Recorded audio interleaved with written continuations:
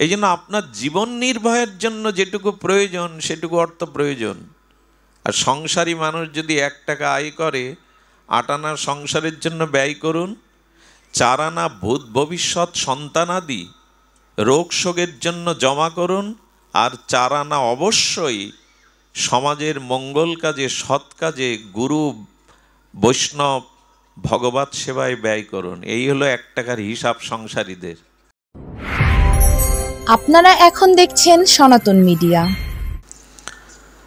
আজ শ্রী শ্রী মোক্ষদা হরিবাসর মাধব তিথি, ভক্তি তিথি। দেখুন, কিছু তিথিকে আমরা পাবনী বলি।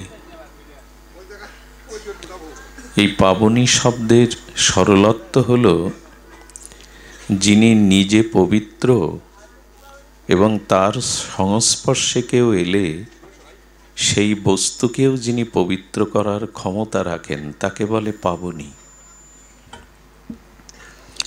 আবার বলি, যিনি নিজে পূত পবিত্র এবং তার সংস্পর্শে এলে সে অন্যকেও পবিত্রতা দান করতে পারে তাকে বলে পাবনী। যেমন হরির চরণচ্যুতা গঙ্গা। গঙ্গা নিজে পবিত্র, তিনি অন্যের পাপ স্খলন করতে পারেন। সদ্য পাতক নাশিনী গঙ্গে। তো গঙ্গা যেমন নিজে পবিত্র, তেমনি গঙ্গাতে অবগাহন, গঙ্গার দর্শন, গঙ্গার স্পর্শনে তিনিও পাপমুক্ত পবিত্র হন। তো শ্রী শ্রী হরিবাসর মাধব তিথি হল পাবনী তিথি। এই পাবনী তিথিতে যারা হরিবাসর উদযাপন করেন, যারা নিশি জাগরণ করেন, যারা সাধুসঙ্গে হরিকথা শ্রবণ কীর্তন করেন, এই তিথি যেমন মহাপাবনী, এই তিথির সংস্পর্শে যারা ভজন কীর্তন সাধুসঙ্গ ভজনঙ্গ যাজন করেন তাকেও এই তিথি মহাপবিত্র করে দেয়। যেমন অগ্নি, যেমন অগ্নি নিজে পবিত্র, আর অগ্নিতে কোনো বস্তু স্পর্শ করালে সেটিও পবিত্র হয়। এই জন্য এই তিথির এত বহুমানন। হরিবাসর তিথি, শ্রীহরি বাসরে হরি কীর্তন বিধান। আজকের দিনে আমাদের উচিত শ্রীমদ্ ভগবতাদি কথা সাধু সঙ্গে শ্রবণ কীর্তন করা, কিছুটা নিশি জাগরণ এবং ভগবত মনন চিন্তনে এই সময়টি অতিবাহিত করা, এই তিথিটি অতিবাহিত করা। সেই ভাগ্য আজ আমরা পেয়েছি। যেই মহাপাবনী শ্রী মোক্ষদা একাদশীতে আর শ্রী শ্রী গীতা জয়ন্তীতে এই পুরাতন মোক্ষের পুরস্থ এই ভগবত যজ্ঞে আমরা সেই মহাপাবনী তিথিকে বহু মানন করে, এই পেছনে কারা, এই পেছনে কথা বলতে নিশ্চিত, আমরা সেই সৌভাগ্য পেয়েছি। কিন্তু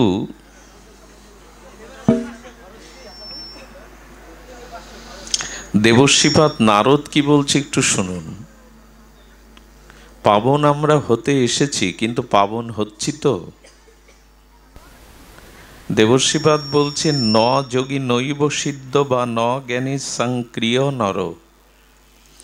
দেবশ্রীপাদ পৃথিবীতে এসেছিলেন, তিনি প্রয়াগাদি, গয়া, কাশী সমগ্র পৃথিবীর তীর্থ পরিক্রমা করে খুব নিরাশ হয়েছিলেন। এবং তিনি কি বলছেন, বর্তমান পৃথিবীতে না আছে কোনো যোগী। কে বলছেন কথাটি? দেবশ্রীপাদ নারদ। উনি ভক্তি কল্পতরু। ওনার শ্রীঅঙ্গের বাতাস কারো গায়ে লাগলে তিনিও ভক্তিমান হয়ে যেতেন। তিনি বলছেন, পৃথিবীতে বর্তমানে না আছে সিদ্ধ পুরুষ, না আছে কোনো জ্ঞানী পুরুষ, না কোনো সৎকর্মপরায়ণ মানুষ। যা কিছু সাধন সবাই কলিরূপ দাবানলে ভস্মীভূত হয়ে গেছে। কি বলবেন এর উত্তর কি বলবেন? আগুন লাগলে জঙ্গলে বিষাক্ত কীটাণু, সাপ থেকে শুরু করে বৃক্ষ তৃণ সব পুড়ে যায়। উনি বলছেন বর্তমান কলির দাবানলে আমাদের জীবনের জ্ঞানী, সাধক, সিদ্ধ সব কিছু যেন পুড়ে ছারকার হয়ে গেছে, আক্ষেপ করছেন নারদ। উনি যখন এই কথা বলেছেন এটা বহু পূর্বে, বর্তমান অবস্থা এর থেকে ভয়াবহ। বলছে সব আগুনে পুড়ে ছারকার হয়ে গেছে। উনি বলছেন অষ্টশূলা জনপদ শিবশূলা দ্বিজাতায় কামিনী কেশ শূলিন্না সম্ভাবন্তী কলহ বিহ। এ কথা একটু শক্ত, মনটা শক্ত করে হজম করতে হবে। কেউ আবার কিছু মনে না করেন, কারণ দেবশ্রীবাদ বলছেন বিদায় গ্রন্থটা সামনে রেখেছি। বলছেন এই কলিযুগে প্রায় অন্ন বিক্রয় করছে, প্রসাদ বিক্রয় হওয়ার জিনিস না, তা হচ্ছে প্রসাদ বিক্রির জিনিস। সরকারি যে চাউল দেয় ওর গায়ে কি লেখা থাকে? বিতরণের জন্য, বিক্রয়ের জন্য। ভগবানের প্রসাদ যেখানে বিক্রি হয় সেই সময় শুরু হয়েছে, এখন প্রসাদ বিক্রি হয়। যদি বলেন 5,000 মানুষ আসলে খেতে দেবো, তা চলবে কি করে? প্রসাদ পেট ভরে খাওয়ার জিনিস না তো, প্রসাদ কিঞ্চিত মাত্র পেলেই তাতে যথেষ্ট। এমন বলা নেই যে বসিয়ে উদর পরিপূরণ করে খাওয়াও। উনি কি বলছেন? ব্রাহ্মণেরা অর্থের বিনিময়ে বেদ শিক্ষা দিচ্ছে। যারা বৈদিক ব্রাহ্মণ উপবিদধারী বা যারা আমার মতো উপনয়ন নিয়েছেন, তারা অর্থ, যশ, খ্যাতির লোভে এই ব্যাসপীঠে এসে বসে ভাগবত শিক্ষা দিচ্ছেন। তাদের উদ্দেশ্য ভগবানকে প্রসন্ন করা বা জগৎজীবের আত্মজ্ঞান, আত্মকল্যাণ দান না। এর বিনিময়ে অর্থ পাবো, ধন পাবো, যশ পাবো, খ্যাতি পাবো, যদি এই আশায় কেউ এই ব্যাসপীঠে বসে মানুষকে শাস্ত্র জ্ঞান দেয়, তবে তার সেই জ্ঞান ক্রিয়াশীল হবে না। এই জন্য ধান্যের তুষের মতো এখন সব অসার হয়ে যাচ্ছে। এত কথা, এত যজ্ঞ মানুষের জীবন পরিবর্তন, স্বভাব পরিবর্তনে খুব বেশি কাজে আসছে না। এর কারণ হলো, আমি যদি অর্থের লোভে, যশ, খ্যাতি, প্রতিষ্ঠার লোভে এই আসনে আপনাদের শাস্ত্র জ্ঞান দিতে ব্রাহ্মণ হয়ে বসে যায়, এই জ্ঞান আপনাদের কাজে লাগবে না। কারণ আমার ভগবান ভাব দেখেন, ক্রিয়া দেখেন না। কি বললাম? ভগবান ভাব দেখেন, ক্রিয়া দেখেন না। কেউ ঘরে দৌড় দিয়ে ঠাকুরের সামনে বসে ধ্যানে বসেছে, অথচ মনে মনে বিষয় চিন্তা করছে, ভগবান বলছে ও কপট। কারণ মন যেখানে, ভাব যেখানে, আপনি সেখানে। এই জন্য ভগবান দেখছেন আমার উদ্দেশ্য কি, আমার ভাবটা কি।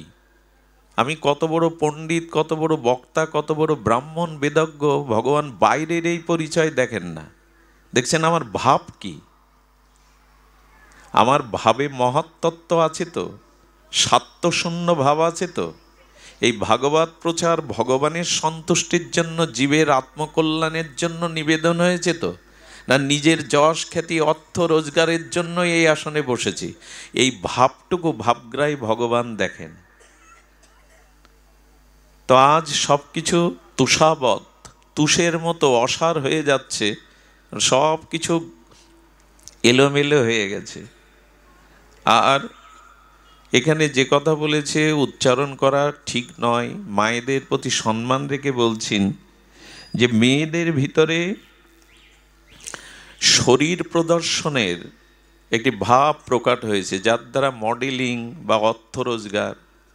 মাতৃজাতি কখনো মডেলিং দ্বারা, বিজ্ঞাপন দ্বারা, নিজের শরীর প্রচারের দ্বারা অর্থ রোজগার যখনই করবে, জানবেন পৃথিবীর দুর্দশা তখনই নেমে আসবে। মায়েরা হলো আদ্যাশক্তি দেবী ভগবতীর অংশ, মায়েরা রাধারানীর অংশ। তারা যখন শরীর এবং নিজের যৌবন রূপকে প্রদর্শন করে অর্থ রোজগার করবে, জানবেন কলি তখনই চারিদিকে এই দুর্দশাটাই প্রকাশ হচ্ছে। এত নেতিবাচক কথা বলতে আসিনি আমি, তা ভালোও লাগে না, কিন্তু বলছি কেন, অন্ধকারেই আলোর প্রয়োজন, আলোতে আলোর প্রয়োজন নাই। চারিদিকে এখন অন্ধকার, এই অন্ধকারে আমরা এখন আলো খুঁজবো। এর থেকে কি করে আমাদের নিষ্কৃতি আমরা পেতে পারি?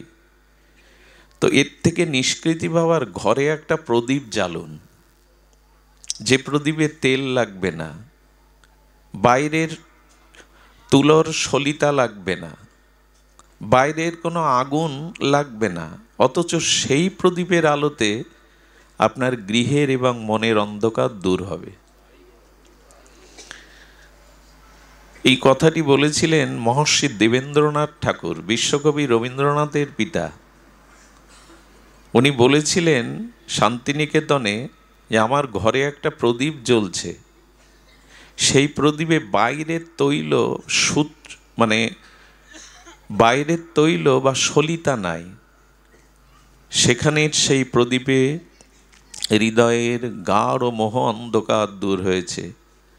উনি বললেন আমার হৃদয়টা হলো প্রদীপ, আর জ্ঞানটা হলো অগ্নি, ভক্তি হলো তৈল, আর শ্রদ্ধা হলো সলিতা। এ দিয়ে আমার ঘরে কি জ্বালিয়েছে জানো? শ্রীমদ্ ভগবদ গীতার আলো। এই শ্রীমদ্ ভগবদ গীতা, এই আলোতেই আমি আলোকিত হয়েছি। মহাত্মা গান্ধী, আজকে গীতা জয়ন্তী, এই জন্য শ্রীমদ্ ভগবদ গীতার কিছু প্রসঙ্গ স্বাভাবিকভাবে আসবে। মহাত্মা গান্ধী বলেছিলেন আমার ব্যক্তি জীবনে, সংসার জীবনে, রাষ্ট্র জীবনে আমি যখনই কোনো অন্ধকারে নিমজ্জিত হয়েছি, সিদ্ধান্তহীনতায় ভুগেছি, গীতায় আমাকে সর্বোচ্চ শ্রেষ্ঠ সমাধান দিয়েছেন। মনুষ্য জীবনে পৃথিবীর এমন কোনো সংকট সমস্যা নেই যার সদুত্তর ভগবান গীতাতে দেননি। শ্রীমদ্ ভগবদ গীতা হল সার্বভৌম শাস্ত্র। সার্বভৌম শব্দের অর্থ হল যিনি সমস্ত পৃথিবীর ভূমিকে অধিকার করে আছেন, পৃথিবীর সমস্ত ভূমিকে যিনি মঙ্গলময় কল্যাণময় চেতনা দান করতে সমর্থ। এই জন্য গীতা সারা বিশ্বব্যাপী সার্বভৌম শাস্ত্র রূপে পরিণত। একটি জিনিস লক্ষ্য করবেন, পৃথিবীর অন্যান্য ধর্মের মধ্যে বলা আছে তাদের যে ধর্মগ্রন্থ, সেই ধর্মগ্রন্থ কোনো ভায়া রূপে পৃথিবীতে আসছে। স্বয়ং স্রষ্টা বা ঈশ্বর স্বয়ং মাটিতে দাঁড়িয়ে সেই শাস্ত্র বলেননি। খুব ধ্যান দিয়ে শুনুন, সেই শাস্ত্র স্বয়ং স্রষ্টা সুপ্রিম পাওয়ার কারো দ্বারাই তার বাণীকে জগতে প্রকাশ করেছেন। বোঝা যায় কথা? যীশু খ্রিস্টের দ্বারা, যীশু খ্রিস্ট বলছেন আমি ঈশ্বর নয়, গড ইজ সান, আমি ঈশ্বরের পুত্র, পিতা তার বাণী আমার দ্বারাই জগতে প্রকাশ করেছে। ইসলাম ধর্মের মানুষরা বলছে স্বয়ং ঈশ্বর তাদের সর্বশ্রেষ্ঠ শেষ নবী হজরত রসুলের উপরেই তাদের কোরআন নাজিল করেছে, অর্থাৎ ঈশ্বর তাকে এই মঙ্গলময় দিব্য শাস্ত্রবাণী জগতে দান করেছেন। কিন্তু গীতা স্বয়ং অখণ্ড পরতত্ত্ব, সমস্ত বৈদিক সভ্যতার মধ্যস্থ পুরুষ, স্বয়ং ভগবান, এতে চাংশ কলাপংশ কৃষ্ণস্থ ভগবান স্বয়ং কুরুক্ষেত্রের মাটিতে দাঁড়িয়ে নিজের মুখেই এই গীতা বলেছেন। এই মাটিতেই দাঁড়িয়ে স্বয়ং ভগবান। একবার ভেবেছেন, স্বয়ং ভগবান কুরুক্ষেত্রের এই দিব্য মাটিতে দাঁড়িয়ে কম্বকণ্ঠে তার শ্রীমুখ নিঃসৃত মুখারবিন্দ এই গীতার মহাবাণী ভগবান নিজে বলছেন এই মাটিতে দাঁড়িয়ে। এই জন্য গীতা সার্বভৌম শাস্ত্র। পৃথিবীতে 136টি ভাষায় গীতা অনুদ্রিত হয়ে বিশ্বকে আলো দেখাচ্ছে। কিন্তু অদ্ভুত জিনিস হলো, কোরআনের পিছনে, বাইবেলের পেছনে যত প্রচারের জন্য অর্থ ব্যয় করা হয়, গীতার জন্য অর্থ তত ব্যয় করা হয় না। তবু গীতায় সমহিমায় সমস্ত পৃথিবীতে পৌঁছে গেছে। এ বাংলাদেশে কোনো সোসাইটি আছে যে নিজের অর্থ ব্যয় করে গীতা ছাপিয়ে বিলি করে? খুব বেশি নাই, থাকলে খুব সামান্য। কিন্তু গীতা সারা বিশ্বব্যাপী প্রকাশ হচ্ছেন। গীতা এক দিব্য আলোক। সেই গীতা জয়ন্তী আজ কটা হিন্দু আমরা জানি যে আজকের দিনে এই গীতার দিব্য বাণী ভগবান পৃথিবীতে প্রকাশ করেছিলেন। এবং এই মহাতিথিকে জেনে কজন আমরা আজকে গীতাটাকে একটি অধ্যায়, 10টি শ্লোক, 5টি শ্লোক পাঠ করেছি, গীতাকে একটু আরতি করেছি, গীতাকে একটু ফুল তুলসী দিয়েছি, গীতাকে বরণ করেছি? আমি যদি হাত তুলতে বলি আপনারা লজ্জা পাবেন। এর মধ্যে 99% মানুষ গীতা জয়ন্তী পালন করেননি। এই জাতির অন্ধকার ছাড়া কি নেমে আসবে? আমেরিকায় বিশ্ববিদ্যালয়ে গীতাকে পাঠ্যপুস্তক হিসাবে তারা গ্রহণ করেছে, গীতার দর্শনকে। আর আমাদের সনাতনী হিন্দুরা গীতা ঘরে রাখে। ঘরে গিয়ে দেখুন, লাল কাপড়ে মোড়ানো, পেপারের মধ্যে মোড়ানো, আর ওই গীতা বের করে বুকের ওপরে রাখে মরে গেলে। মরা ব্যক্তির বুকের ওপরে, মরা ব্যক্তির ওপরে গীতা রাখতে আমার নিষেধ নাই বা আমার আপত্তি নাই, কিন্তু আজকে তার কি কল্যাণ হবে? বললেন মানুষ মারা গেলে তার পাশে বসে গীতা পাঠ করতে হয়। বুকের ওপর রাখাটা শ্রেয় শুধু নয়, শ্রেয় হলো তার পাশে বসে গীতা পাঠ করাতে হয়। কারণ 50, 60, 80 বছর এই দেহের মধ্যে আত্মাটা ছিল। এই আত্মাটা, জীবাত্মাটা চলে যেতে ওই মায়াতে বারবার আবার দেহের মধ্যে ঢুকতে চেষ্টা করে। মায়া কাটিয়ে ওপরে যেতে চায় না জীবাত্মা। গীতা পাঠ করলে ওখানে আত্মাটার ঊর্ধ্বগতি হয়, আর নিচের দিকে আসে না। কিন্তু আমরা বুকে রেখে দিয়েছি। আরও অভিশাপ কি জানেন, আরও কলঙ্ক কি জানেন? এই গীতা মরার উপরে দিয়েছি মানে ও আর ঘরে তোলার জিনিস না, শ্মশানে রেখে আসে। রোদ বৃষ্টি ঝড়ে ধুলায় লুটায় যা ভগবানের হৃদয়। এই জন্য আমাদের জীবনে অনুষ্ঠান আর অনুষ্ঠান, লাইট আর প্যান্ডেল, হই হুল্লোড়, কিন্তু এই যে অন্ধকার থেকে বেরোবার যে চেতনা, যে আত্মজ্ঞান, সেটা কি আমরা লক্ষ্য করছি?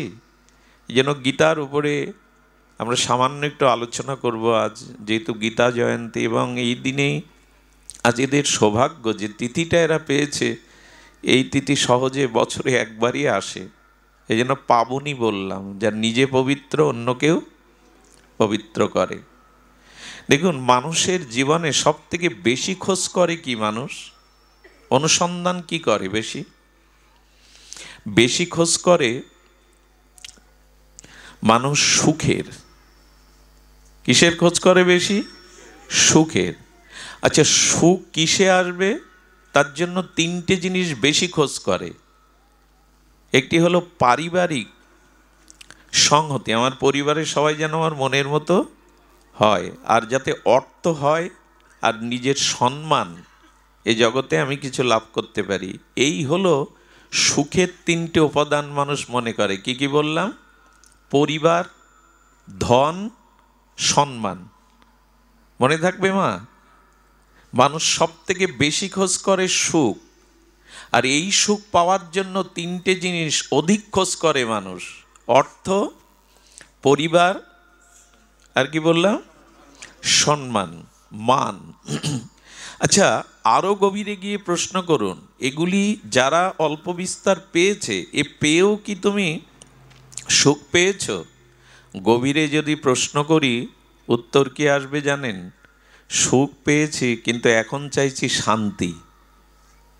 সুখ পেয়েছি কিছুটা, কিন্তু এখন চাইছি, অর্থাৎ মানুষের মূল খোঁজ, মূল প্রয়োজন হলো শান্তির। তো এই শান্তি কি করে লাভ করবে? গীতার উপরে আমরা সামান্য একটু দেখি ভগবান কি বলছে, শান্তি কোথায়, শান্তি কিভাবেই বা পাওয়া যায়। মানুষের জীবনে ঐকান্তিক খোঁজ বা চরম অনুসন্ধান হলো এই শান্তির। এখন আমি যেটি আপনাদের জানালাম, শান্তি পাওয়ার জন্য মানুষ অধিকতরভাবে 3টে জিনিসের শরণ নেয়। প্রথমে হলো পরিবার, খুব ধ্যান দিতে হবে। প্রথমে হলো পরিবার, পিতা মাতা, স্ত্রী বা স্বামী, পুত্র, বন্ধু, সৎ কুটুম্ব, সজ্জন। এই এখন এরা আমার আশ্রয় হতে পারে, এরা আমাকে কিছুটা জাগতিক সুখ দিতে পারে, কিন্তু শান্তি দেওয়ার অধিকার এদের। যদি পিতা মাতা স্ত্রী পুত্র নিয়ে সবাই শান্তি পেত, পরিবারে অশান্তি নামক জিনিসটা আমাদের এভাবে যন্ত্রণা দিত না। তার মানে আমরা প্রথমে চাই পরিবারের আশ্রয়ে থাকলে পিতা মাতা, স্ত্রী পুত্র, সন্তান, কুটুম্ব, বন্ধু, সজ্জন এরাই আমাকে দেখবে, এরাই আমার শান্তির ঠিকানা, এই মনে করেই তো মানুষ ঘর বাঁধে, এই মনে করেই এদের অবলম্বন করে। কিন্তু সবার মনের খবর কি জানেন? এদের আশ্রয় থেকেও সে প্রকৃত বরঞ্চ অশান্তিটা এখান থেকে বেশি ওঠে, কারণ যেমন চেয়েছিলাম তেমন পাইনি। এই জন্য পরিবার আপনাকে আশ্রয় দিতে পারে, কিছুটা প্রশস্তি দিতে পারে। সারাদিন কর্মের পরে বাড়ি এলে কিছুটা আশ্রয় হয়, কিছুটা প্রশস্তি হয়, কিন্তু পরিবারে শান্তি পেলে পরিবারগুলোর এই দুর্দশা হতো না। ভবমহা দাবাগ্নি, সব সংসারের কোথাও না কোথাও আগুন জ্বলছে। এই আগুন বাইরে দেখা যায় না, ভেতরে ঢুকলে বুঝতে পারবেন আগুন জ্বলছে। দ্বিতীয় থাকলো অর্থ, পরিবার দ্বিতীয় অর্থ। অর্থশালী ব্যক্তিদের পাশে যাওয়ার সৌভাগ্য হয়েছে। আমি অতি ক্ষুদ্র তবু মন্ত্রী থেকে শুরু করে অনেক শিল্পপতি থেকে শুরু করে গিয়েছি, কিন্তু দেখলাম ধনই যে একমাত্র সুখের বা শান্তির কারণ সেটা ঠিক নয়। কারণ কারো জীবনে যখন অধিক ধন সম্পদ আসে তখন তার ভিতরে কয়েকটি জিনিস ক্রিয়া করে। ধ্যান দিয়ে শুনুন। প্রথমে ভয়, এই অর্থ আমি রক্ষা করতে পারবো তো? অর্থ আসলো মানে তার রক্ষার একটা ভয় আপনার ভিতরে চলে আসবে। তো ভয় থাকলে শান্তি হয়? কারো জীবনে যখন ভয় কাজ করে তখন শান্তি হয়? নির্ভয়তাই হলো শান্তির প্রতীক, নির্ভয়তা। কিন্তু অর্থ আসলে তাকে রক্ষা করা শত্রুর হাত থেকে, আর অর্থ যখনই আসবে আপনার শত্রু বেড়ে যাবে। লিখে নিন, যখন আপনার জীবনে অর্থ প্রবৃদ্ধি হবে, বাড়বে, তখন আপনার জীবনে শত্রু দেখা দেবে। দ্বিতীয়ত, অর্থ আয় করতেও যেমন পরিশ্রম কষ্ট লাগে, সেই অর্থ চলে গেলে বা ব্যয় করতে গেলেও আয়েতেও কষ্ট, শান্তি কোথায়? তার মানে কি অর্থের প্রয়োজন নাই, অর্থ সব ছেড়ে দেবেন তা বলা হলো না। অর্থ প্রয়োজন, কিন্তু জীবনের প্রয়োজনের বাইরে বেশি অর্থের পেছনে ছুটতে গেলে শান্তি নামক জিনিসটা এ জন্মে কেন কোনো জন্মেই পাবেন না। যেটুকু পেয়েছেন তার অধিক যদি চাওয়া থাকে, ওই চাওয়া আপনাকে দৌড়ে নিয়ে যাবে। হরিণ মরুভূমিতে জলের আশায় ছোটে, বালুতে সূর্যের তাপ এসে দূর থেকে বাতাসে মনে হয় জলের তরঙ্গ বইছে। মরুভূমিতে দেখবেন বালিতে সূর্যের কিরণ এসে পড়ে, আর অল্প অল্প মৃদুমন্দ বায়ুতে মনে হয় ওখানে জলের তরঙ্গ ঢেউ হচ্ছে। হরিণ এই ভেবে জলতৃষ্ণা কাতর হয়ে ছোটে। বালিতে জল পাওয়া যাবে? ছুটতে ছুটতেই মরে। অধিক ধনলিপ্সা আপনাকে ছুটিয়ে মারবে, শান্তি পাবেন না। তো ধনে শান্তি নাই, এটা দেখুন, না থাকলেও শান্তি নাই। কতটুকু থাকতে হবে এটা শাস্ত্র বলেছে, না থাকলেও সমস্যা। এই জন্য আপনার জীবন নির্বাহের জন্য যেটুকু প্রয়োজন সেটুকু অর্থ প্রয়োজন। আর সংসারী মানুষ যদি 1 টাকা আয় করে, 8 আনা সংসারের জন্য ব্যয় করুন, 4 আনা ভূত ভবিষ্যৎ সন্তানাদি রোগ শোকের জন্য জমা করুন, আর 4 আনা অবশ্যই সমাজের মঙ্গল কাজে, সৎ কাজে, গুরু বৈষ্ণব ভগবত সেবায় ব্যয় করুন। এই হলো 1 টাকার হিসাব সংসারীদের। 8 আনা সংসারের পেছনে ব্যয় করুন, 4 আনা সঞ্চয় করুন। সংসারীদের সঞ্চয় করা দরকার। মা লক্ষ্মীর হাতে আড়ি আছে, দেখবেন। লক্ষ্মী পূজা করেন না আপনারা? মার হাতে কি আছে? আড়ি। মানে বলা হচ্ছে কিছু কিছু সংসারী তো তুমি কিছু কিছু রেখে দাও, সঞ্চয় করো, এটা রোগ শোক বিপদে ভবিষ্যতে লাগবে। কিন্তু আর 4 আনা তোমাকে দীন ও দুঃখী, দরিদ্র আর সমাজ মানুষের কল্যাণে সর্বোপরি ভগবত সেবায় ভক্ত সেবায় ব্যয় করতে হবে, কিন্তু ওই হিসাবটাই ভুলে যায় আমরা। আজ 4 আনা হতে রেখে দিই, আর একদিন সব চলে যায়, মামলায় যায়, অসুখে বিসুখে যায়, না চোর ডাকাত নিয়ে যায়। এই জন্য অর্থের একটা সমাধান শাস্ত্র দিয়েছে, কতটুকু রাখতে হবে কতটুকু ছাড়তে হবে। কৃষকরা বর্ষাকালে ধান রোপণ করে আল দিয়ে দেয়, ওকে কি বলে আপনাদের দিকে? আলই বলে। তো ওই আলে জল টাপ বেঁধে থাকে। কৃষক বুদ্ধিমান, বাস্তব অভিজ্ঞতা আছে, ওরা 2-1 ইঞ্চি জল সরে যাওয়ার জন্য একটা নালা করে দেয়, কারণ একেবারে টাপ বেঁধে থাকলে পুরো ভেঙে চুরে কিছু কিছু বের করে দাও, সৎ কাজে ব্যয় করো, নাহলে ওই অর্থই অনর্থের কারণ হয়ে দাঁড়াবে। সৎ কাজে ব্যয় আর আমরা করেছি। আমার দোকানে কর্মচারী আছে কয়েকজন, আমার বলা ভুল হলো আমার ছোট ভাইয়ের। তো একদিন বলছে, বড়দা আমি ইমাম সাহেবের সাথে আজকে গন্ডগোল করেছি। এই জন্য তোমার চোখ রাঙা রাঙা, ফুলছো, জোরে জোরে নিঃশ্বাস নিঃশ্বাস কেন? বলি দেখুন, মাওলানা আমার কাছে মসজিদের জন্য চাঁদা নেইনি, আমি লোকের দোকানে কর্মচারী বলেও অভাব বলে আমার কাছে সে শরিক করেনি, মসজিদের শব্দটা শরিক করেনি, ও তাই গন্ডগোল করেছে। আমি দরিদ্র হতে পারি, লোকের ঘরের কর্মচারী হতে পারি, মসজিদের শরিক কেন করলেন না ভাই? আমি তখন অবাক হয়ে ভাবছি যে ও শরিক করেনি বিধায় গন্ডগোল বাজাচ্ছে ইমামের সাথে, আর আমাদের যজ্ঞের বা পূজার জন্য বা কোনো কারণে চাইলে বলে এবছর ঘেরে মাছ হয়নি, ব্যবসা ভালো না, মেয়ের বিয়ে দিয়ে উঠলাম, এবছর আমি দিতে পারবো না। পৃথিবীর ইতিহাস খোঁজ করে দেখুন, সনাতন ধর্মের মানুষের থেকে দাতা বা দান পৃথিবীর ইতিহাসে এমন নাই। হরিশ্চন্দ্র রাজা নিজেকে শ্মশানের চণ্ডাল রূপে রক্ষী হিসাবে, জয় শ্রীরাধে, রক্ষী হিসাবে তিনি কি করলেন? নিজেকে বিক্রি করে দিলেন। এদিকে ধ্যান দিন, হতে পারে, তবে মাঝে মাঝে ভয় করে, না জানি এইটাই কবে মরণের কারণ হয়ে যায়। বিদ্যুৎটা মরলেও আপত্তি নেই, এইখানে মরাটা ভালো, ভক্তের সামনেই মরলে ভালো। ধ্যান দিন সুধীজন। তো সনাতন ধর্মে হরিশ্চন্দ্র রাজা সূর্যবংশীয় নিজেকে বিক্রি করে দিলেন চণ্ডাল রূপে। ভূভারতের চক্রবর্তী সম্রাট দক্ষিণার জন্য নিজের স্ত্রীকে বিক্রি করে দিলেন। তখন দাসী প্রথা ছিল, কাশীর বাজারে স্ত্রী আর পুত্রকে বিক্রি করে দিলেন।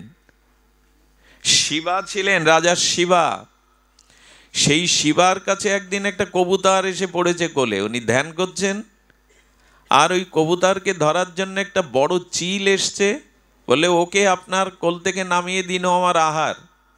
ও মুখের দিকে তাকিয়ে বলছেন, আমি আপনার চরণে পড়েছি, আমাকে আশ্রয় দিন। শিবা তখন বলছেন, আশ্রয় দাদাকে তোমার মুখে তুলে দিতে পারি না। বললেন, একই সাথে দুটো বিচার করছেন আপনি, ভুল বিচার। ও আমার আহার না পেলে আমি মারা যাব, একজনকে বাঁচাতে গিয়ে আর একজনকে মৃত্যুর মুখে ঠেলে দেওয়া কর্তব্য নয়। উনি ধর্ম সংকটে পড়ে গেলেন। বললেন, আমি কি করতে পারি? বললেন, আমার গায়ের মাংস সমপরিমাণ যদি আমি কেটে দেই। বলে, রাজি আছি। কেটে দিতে দিতে দিতে দিতে পুরো দেহটা কেটে ফেললেন, তবু মাংসের ওজনের সমান হলো না। তখন বুঝলেন আমার উপর পরীক্ষার জন্য ধর্ম এসেছে আমার কাছে। উনি প্রকট হয়ে বললেন, দেখছিলাম তোমার দানের মনোভাব। এই জাতির মধ্যে কি করেছেন জানেন? দদিসি ঋষি অসুর বিনাশের জন্য, বেত্রাসুরকে বধ করবার জন্য, দেবতাদের কাছে বজ্র দেওয়ার জন্য নিজের দেহটাকে গাভীমার জিহ্বা দিয়ে চেটে চেটে হাড়গুলো দিয়েছিলেন। আমার হাড় দিয়ে অস্ত্র তৈরি হলে যদি অসুর বিনাশ হয়, নিয়ে নাও। সেই জাতি আমরা। অথচ আজ দুর্গা মন্দিরগুলো, আপনাদের এই অঞ্চল ফরিদপুর, মকসেদপুর, ভাঙা ভালো মন্দিরগুলো, আমাদের এলাকায় দুর্দশা হলো চণ্ডী মণ্ডপে গ্রিল নাই, সেখানে উপযুক্ত সুব্যবস্থা নাই, জল পড়ে, আর বৃদ্ধরা বিকেলবেলা গিয়ে তাস পিঠায়। তো এই জন্য আমরা 50,000 টাকার অস্থায়ী প্যান্ডেল করতে পারি, কিন্তু মন্দির সংস্কার করতে পারি না। সেই দাতা সনাতনরা আজ আমরা অনেক পিছিয়ে গেছি। দানের থেকে শ্রেষ্ঠ কর্ম জগতে নাই, থাকলে কিছু দিন, আর না থাকলে জপ করুন। পরমহংস রামকৃষ্ণ বললেন, যার আছে সে মাপো, যার আছে সে মাপতে থাকো, দিতে থাকো, আর যার নেই সে জপো, সে ভগবানকে ডাকতে থাকো। দুটোর একটাই যদি না করি, তার মঙ্গল বা শান্তি কোথায়? এই জন্য অর্থের যথাযথ সদ্ব্যবহার হওয়া উচিত। তৃতীয় কি বললাম?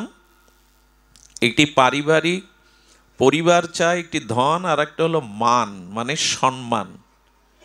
এই একটা প্রলোভন মানুষকে শেষ করে দেয়। একটা জিনিস বলি, কিছু মনে করবেন না, অধিকাংশ মানুষের মনে যে অশান্তি, অসন্তোষ, মনের যে চঞ্চলতা, তার ভিতরে যে বিষাদ, মানসিক রোগগ্রস্তের একটাই কারণ, যখনই মোবাইল খোলে, যখনই পত্রপত্রিকা দেখে, তখন কিছু মানুষদের বিজ্ঞাপন এগুলো দেখে মনে করে, আমি কেন ওর মতো সুন্দরী হতে পারিনি, আমি কেন ওর মতো পরিচিত হতে পারিনি। এই অন্যের দেখে আমরা নিজেদেরকে পরিমাপ করার জন্য দুঃখটা ডেকেই আনি আমরা। সোশ্যাল মিডিয়ার এর অন্যতম একটি কারণ। আর একটা কথা শুনুন, যারা সফলতা দেখায় না, যাদের সফলতা দেখেন, ওরা 5 ভাগ দেখায়, 95 ভাগ ঢেকে রাখে। ওই যা দেখছেন ওটা ঠিক নয়, 5 ভাগ দেখায়। এই জন্য অন্যের সাথে কখনো নিজের তুলনা করে ব্যথা পেতে যাবেন না, আমি কেন ওর মতো। এই অন্যের সাথে যখনই তুলনা করতে যাবেন, তখন মানসিক অশান্তি আপনাকে ঘিরে ধরবে। অন্যের সাথে কখনো নিজের, অন্যের ক্যারিয়ার, অন্যের সৌন্দর্য, অন্যের সফলতার সাথে নিজে মাপতে যাবেন না। যেখানে আছেন সেইখান থেকে যদি সৎ হতে পারেন, আদর্শবান হতে পারেন, আপনি আপনার কাছেই জয়ী। এই জন্য অন্যকে অনুকরণ করে আজকাল কি হয়েছে দেখুন, এই যে কিশোর ছেলে মেয়ে বা যুবক যুবতীরা পথ হারাচ্ছে কেন? আজকে পেপারে দেখছিলাম কিশোর গ্যাংয়ের যে দৌরাত্ম্য, তারা সব কিছু হচ্ছে। এর কারণ কি? এরা যখনই এই অন্যের অনুকরণ করতে যাচ্ছে, সুপারম্যান হতে যাচ্ছে, ইচ্ছা করে যা কিছু করে ফেলবো, আমাদের গায়ে শক্তি আছে, প্রভাব আছে, এগুলো দেখতে দেখতে অনুকরণ প্রিয় হতে হতে তারা পথ হারাচ্ছে। এই জন্য নিজেকে কখনো অন্যের সাথে অনুকরণ বা তুলনা করতে যাবেন না। আপনি আপনার মতো, সে তার মতো। বরঞ্চ ঋষি মুনি তাদের আদর্শ দেখে এগিয়ে যান। কারোর সাথে নিজের যখনই আপনি তুলনা করতে যাবেন, তখন পিছিয়ে পড়বেন। যদি বলেন, মঙ্গলজি ভাগবত পাঠ করতে সেসব বলছো কেন? এসব বলছে এই কারণে, নারদের এই কথা, চারিদিকে খুব অন্ধকার, এখন খুব বড় বড় কথা বলে ভেসে গেলে পার পাওয়া যাবে না। আমাদের মূল জিনিসটাই শান্তিরই তো খোঁজ করি আমরা। সেই শান্তি পাচ্ছি না কেন? তার কারণই আমাদের ঋষিরা, আর্যরা, আমাদের ভারতীয় মুনি ঋষিরা আমাদের গ্রন্থাবলী, বেদ, বেদান্ত, উপনিষদ, শ্রীমদ্ ভগবত গীতা, ভাগবত এই বাণী বলছেন, অন্যের সাথে তুলনা করতে যাবেন না। একটা জিনিস বলি, শান্তির প্রথম অনুসন্ধান আপনার মনে। শান্তি কোথায়? মনে। একজন এসে বলছে, বাবা স্ত্রীকে নিয়ে আর পাচ্ছি না, কি করি বলুন তো? আমার জ্বলতে জ্বলতে তো পুড়ে অঙ্গার হয়ে গেলাম। এক কাজ করো, তাকে কিছুদিন বাপের বাড়ি পাঠিয়ে দাও। এরপরে শেষে কি বললো জানেন? বাবা ঘরে একা একা ভালো লাগে না, মনটা শূন্য শূন্য লাগে, কেউ একটু না বগলেও কি ভালো লাগে? আচ্ছা, অশান্তিটা, শান্তিটা কি ওর স্ত্রীতে না মনে? একটু কথা বলুন, কিসে? মনেই। শান্তি বাইরের কোনো পরিস্থিতি আপনাকে দিতে পারে না, আপনার মনই আপনাকে শান্তি দিতে পারে। বোঝা যায় মা? স্ত্রী বাড়িতে আসে তাই জ্বলছে, ঠিক আছে, সে বাপের বাড়ি চলে গেছে, এখন বলছে ভালো লাগে। কেউ একটু না বকলে, কেউ কথা না বললে ভালো লাগে, তার মানে ওর মনেই হলো শান্তি অশান্তির কেন্দ্র। মনটাকে নিয়ন্ত্রণ করতে হবে, মনের স্থিতি চাই। এই জন্য ভগবান বললেন, শান্তি যদি পেতে চাও, আহা, তার প্রথম সূত্র হলো মনমনা ভব, মনটা আমায় দাও। এইখানেই শান্তির সূত্র, মনটা আমায় দাও। দেখুন, মনের এমন ক্রিয়া, আমি আপনাকে 7 মিনিটেই এখন মন ভালো করে দিতে পারি গীতার অনুযায়ী। 2 মিনিট চোখ বন্ধ করুন, এখন করবেন না, বাড়ি গিয়ে করবেন। 2 মিনিট চোখ বন্ধ করে 3 মিনিট জোরে জোরে নিঃশ্বাসটা গ্রহণ করুন আর প্রত্যাহার করুন ধীরে ধীরে। 5 মিনিট ভাবুন যে পরিস্থিতিতে আছি এই পরিস্থিতি আমার জন্য ভগবান ভালো রেখেছেন। 7 মিনিট আপনি বাড়ি গিয়ে করবেন, আপনার মনের অশান্ত ভাব অবশ্যই কিছুক্ষণের জন্য শান্ত হয়ে যাবে। 2 মিনিট চোখ বন্ধ করুন ধ্যানস্থ হয়ে, 3 মিনিট নিঃশ্বাসটা জোরে জোরে গ্রহণ করে প্রত্যাহার করুন ধীরে ধীরে। আর মনে মনে ভাবুন যে পরিস্থিতিতেই আমি আছি ভগবান রেখেছেন, এটাই আমার মঙ্গল। 7 মিনিট একটু সময় দেন, দেখবেন আপনার মন শান্ত হয়ে গেছে। আমাদের ঋষিরা বলছেন যে পরিস্থিতিতে আছো তাতেই আমি ভালো আছি, ভগবান আমাকে ভালো রেখেছেন। এই বর্তমান পরিস্থিতিটাকে, মনটাকে মানিয়ে নাও, বোঝাও আমি ভালো আছি। আচ্ছা, সৃষ্টিকে বদলানো যাবে? এই যে জগৎ যেভাবে চলছে আপনি বদলাতে পারবেন? সৃষ্টিকে বদলানো যাবে না, বদলানো যা যাবে শান্তির জন্য আপনার দৃষ্টিকে। সৃষ্টি বদল করা সম্ভব নয়, কিন্তু দৃষ্টি বদল করা যাবে। যেমন আকাশ থেকে বৃষ্টি ঝরছে, বৃষ্টি বন্ধ করা যাবে? কিন্তু বৃষ্টিতে আপনি ভিজবেন না, তার জন্য ছাতা ধরুন। বৃষ্টি বন্ধ করার প্রয়োজন নাই তো, ছাতা ধরুন, ছত্র ধরুন, আর আপনি ভিজবেন না। তেমনি সৃষ্টিকে বদলানো আমাদের কাজ নয়, এটা ব্রহ্মাও পারে না। ব্রহ্মাও তার সৃষ্টি থেকে ধ্বংস হয়ে যায়। ব্রহ্মা যা পারে না আপনি কি পারবেন? এই জন্য আপনি দৃষ্টি বদলান, সৃষ্টি বদলান না, আপনি দৃষ্টি বদলান। দৃষ্টি বদলানো কেমন জানেন? কেউ যদি বলে জগৎটা যদি দামি চামড়া দিয়ে ঢাকা থাকতো, ধুলা লাগতো না, পায়ে কোনো কণ্টক বিদীর্ণ হতো না, কাটা ফুটতো না, তা কি সম্ভব? পুরো পৃথিবী চমড়া দিয়ে ঢেকে দেওয়া যাবে, চর্ম দিয়ে? অত কিছুর দরকার নেই তো, পায়ে একটা চামড়ার জুতা পরুন, তোর মিটে গেল। এই জন্য সৃষ্টিকে বদলানো আমাদের কাজ নয়, ক্ষমতাও নাই। দৃষ্টি বদলান। দৃষ্টিভঙ্গিটা কেমন? ভগবান আমাকে যেমন রেখেছেন। বিদুর রাজমন্ত্রী, ধৃতরাষ্ট্রের ভ্রাতা, দাসীপুত্র বিদুর মহাত্মা, তিনি ছিলেন কৌরবদের মন্ত্রী। একদিন সৎ মন্ত্রী, শুধু মন্ত্রী নয়, বিদগ্ধ মহাত্মা বিদুরজি, তিনি অন্ধ ধৃতরাষ্ট্রকে বললেন, আপনি শুধু বাইরের অন্ধ না, আপনি জ্ঞানও অন্ধ। পুত্রের প্রতি এত আসক্তি, এত মমতা ধ্বংস ডেকে আনছে। আপনি দুর্যোধনকে শাসন করুন, লাগাম টেনে ধরুন, নালে পুরো হস্তিনাপুরকে, পুরো কৌরবদের বিনাশের কারণ হবে দুর্যোধন। পেছনে দাঁড়িয়ে দুর্যোধন বলে, বাহ, আমার খাবি, আমার পদে মন্ত্রিত্ব বসবি, আর আমার নামে একবার বেরিয়ে যা, বেরিয়ে যায় মন্ত্রিত্বকে, আমি তোকে ত্যাগ করলাম। নিজের সহধর্মিণীকে নিয়ে আর বনের পাশে ছোট্ট একটা কুঠির তৈরি করে, মাটির কুঠির তৈরি করে স্বামী স্ত্রী সারাদিন ভজন করে, আর ওই বনের ফলমূল শাক পাতা দিয়ে ভগবানকে নিবেদন করে পায়, আর স্বামী স্ত্রী মিলে ভগবত কথা আলোচনা করে। বলেন, গোবিন্দের কত দয়া, ভগবানের কত দয়া। ওই পদে থাকলে আমি ভজন করতে পারতাম না, সাধন করতে পারতাম না। কৃপা করে গোবিন্দ ভজনের জন্য আমাকে কৃপা করেছেন। এই পরিস্থিতি যেমন, সেই পরিস্থিতিটাকে যদি মেনে নিতে চায় আপনার মন, যে হ্যাঁ এটা আমার জন্য মঙ্গল, আপনি শান্তি পাবেন। শান্তি বাইরের কিছুতে পাওয়া যাবে না। পরিবারেও কেউ শান্তি আজ পর্যন্ত পায়নি।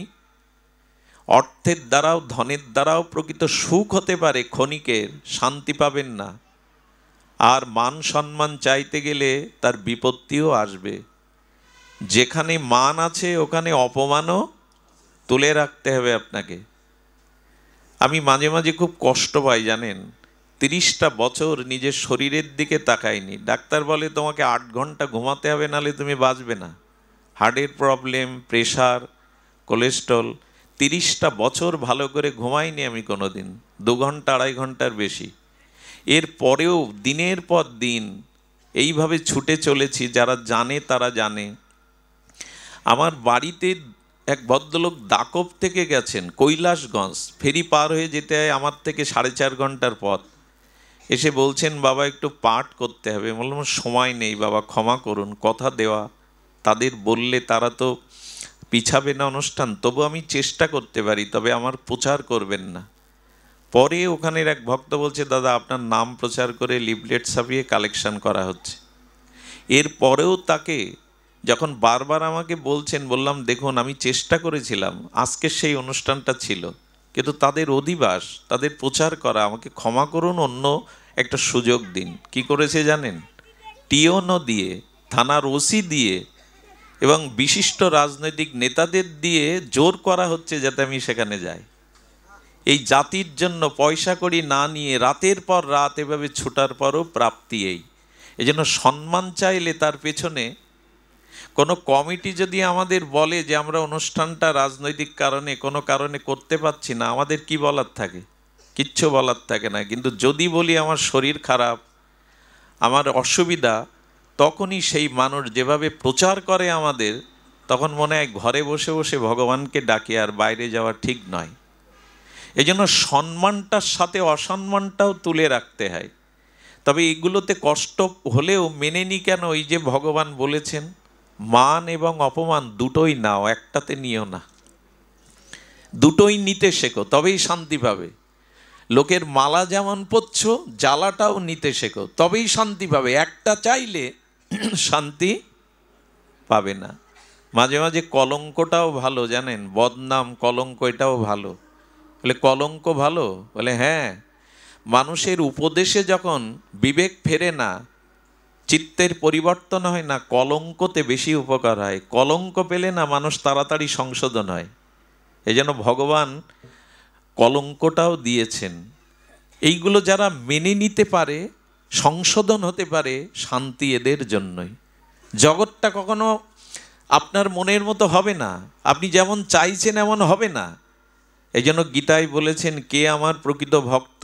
অতীব প্রিয় ভক্তকে শীতোষ্ণ সুখ দুঃখেষু সমসঙ্গ বিবর্জিত, মান ও অপমানয় সমসঙ্গ বিবর্জিত। গোবিন্দ বললেন মান এবং অপমান, শীত এবং গ্রীষ্ম, সম্মান এবং অপমান, দুঃখ এবং সুখকে যারা একইভাবে গ্রহণ করতে শিখেছে তারাই আমার অতীব প্রিয়। একবারও বললেন না এই সম্প্রদায়ের ভক্ত আমার প্রিয়, বৈষ্ণবরাই আমার প্রিয়।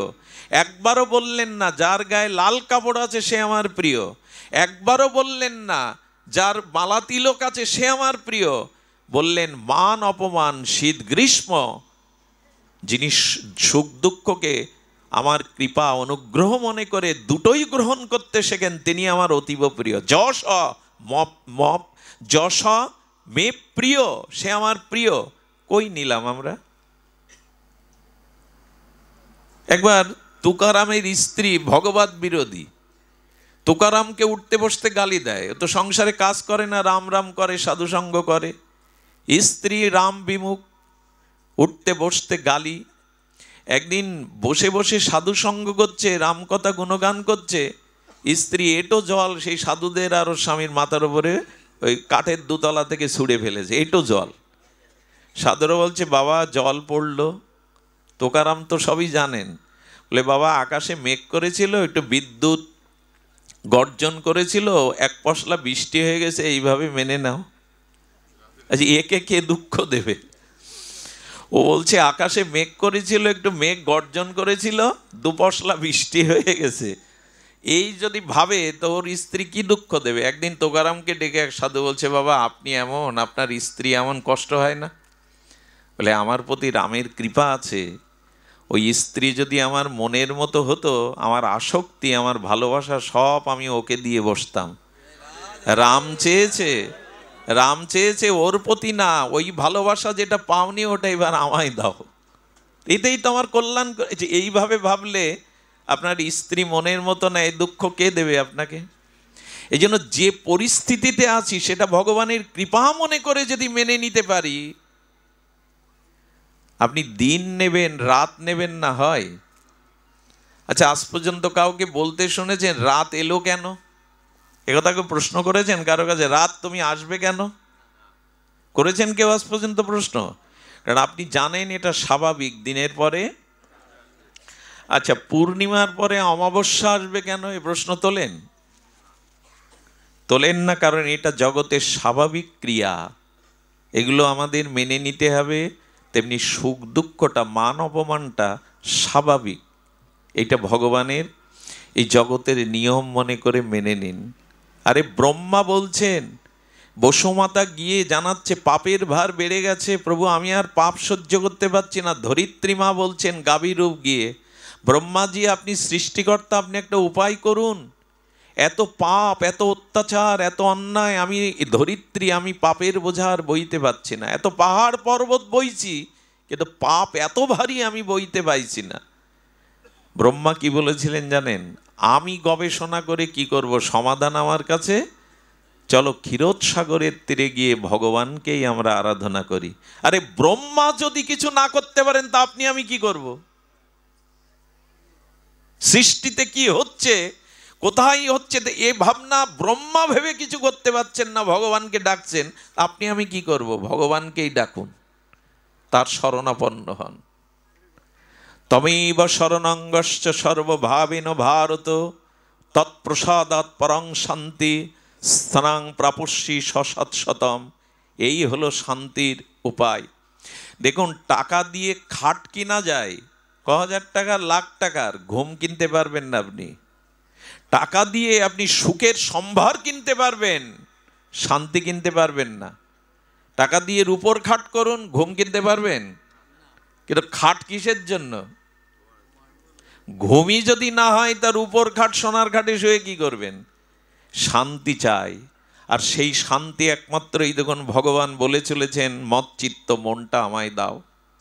দেখুন, এখানে যারা এসছি অনেকেই ঘুমাচ্ছেন, ঝিমাচ্ছেন, অলসতা প্রকাশ করছেন, কিন্তু যারা মনটা হরিকথার দিকে দিয়েছেন, আমি বিশ্বাস করি এখন অন্তত কিঞ্চিত সংসারের থেকে বেশি শান্তি পাচ্ছেন আপনি।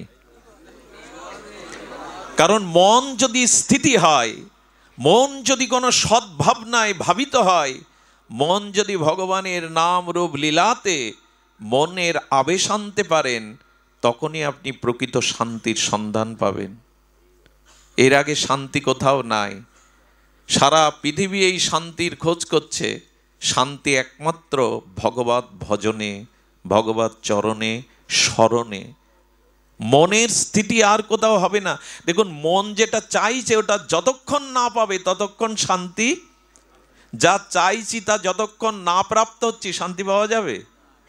তো মন চাই কি? মন চাই ভগবানকে, মন চাই ভগবানের প্রেমকে, ভক্তিকে, কিন্তু আমরা ওখানে দিচ্ছি। আচ্ছা, গাড়ি আর ড্রাইভারের দুটো খাদ্য আলাদা আলাদা না এক? ড্রাইভারের খাদ্য আর গাড়ির খাদ্য এক? আচ্ছা, এটা যদি পাল্টে দেন, ড্রাইভারের ভাত, রুটি, সবজি গাড়িতে দিন, ইঞ্জিনে, আর মোবিল তেল ড্রাইভারকে দিন, বাঁচবে কেউ? বাঁচবে? দুটোই বিকল হয়ে যাবে। তা আত্মা চাইছে কি, মন চাইছে কি? মন চাইছে ভগবানের স্মরণ। আপনি যতক্ষণ ওটা তাকে না দেবেন, ড্রাইভারকে তেল মোবিল খাওয়ালে কি হবে? তা আত্মা চাইছে, মন চাইছে ভগবানের ভজন, ওটা তাকে না দেওয়া পর্যন্ত শান্তি সব ওলট পালট হয়ে যাবে। 2-1 ঘন্টা বসি কি ঠাকুরের সামনে?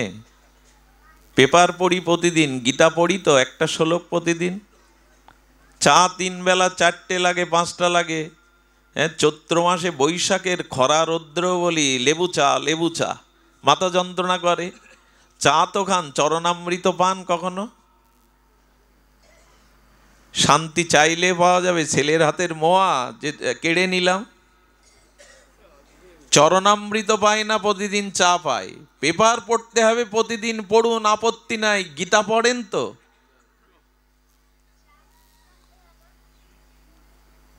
সুধীবৃন্দ, এই জন্য আমাদের জীবনে টেলিভিশন 4টে ক্ষতির কারণ। টেলিভিশনে 4টে ক্ষতির কারণ, কিন্তু তার পেছনে মানুষ ঘন্টার পর ঘন্টা সময় দেয়, অথচ 4 মালা জপ করতে 25 মিনিট 30 মিনিট লাগে, তা কেউ জপ করে না। শান্তি চাইলে পাওয়া যাবে? ভগবানকে স্মরণ করেন, মন চাইছে কি? আত্মার খাদ্য কি? আত্মার খাদ্য জগতের কিছু না, একমাত্র ভগবান নাম, ভগবান চিন্তন। সেটাই তো তাকে দেই না। টিভির রিমোটের চ্যানেল 250, ওই প্রতিদিন ওই ঘোরান। ওই ঘোরালে কি হবে জানি না, 4টে জিনিস হবে। সময়, মানুষের জীবনে সব থেকে মূল্যবান সময়, ওই সময় ব্যয় হবে। দ্বিতীয়ত চোখের দৃষ্টির ক্ষতি হবে। তৃতীয়ত অর্থ ব্যয় তো হয় কেবল লাইন নিতে গেলে। চতুর্থত চরিত্র কোথাও না কোথাও দোষ এসে যাবে। মানুষ যা দেখে তাই শেখে। আচ্ছা, কল্যাণটা কি বলুন তো? এ দেখে কল্যাণটা কি একবার আমার বলুন। কেউ সৎ হয়েছে, কেউ সাধু হয়েছে, ওই দেখে একবার প্রমাণ করুন, আমি ব্যাসপীঠ ছেড়ে দেব। ওটা দেখুন, সারাদিন কাজের পরে সংবাদ দেখুন, আপনি সিরিয়াল দেখুন, ক্ষতি নেই। দুটো হাত তো আছে, অন্তত এক হাতে মালা ধরুন, এক হাতে ওটা টিপুন, আর এক হাতে একটু মালা টিপুন। মালাটা ঘোরালে আর এই জন্ম মৃত্যু চক্রে ঘুরতে হবে না আপনার। ভগবানের নাম জপ করলে এই জন্ম মৃত্যু চক্রে ঘুরতে হবে না। তা ঘোরাবো না, রিমোট ঘোরাবো।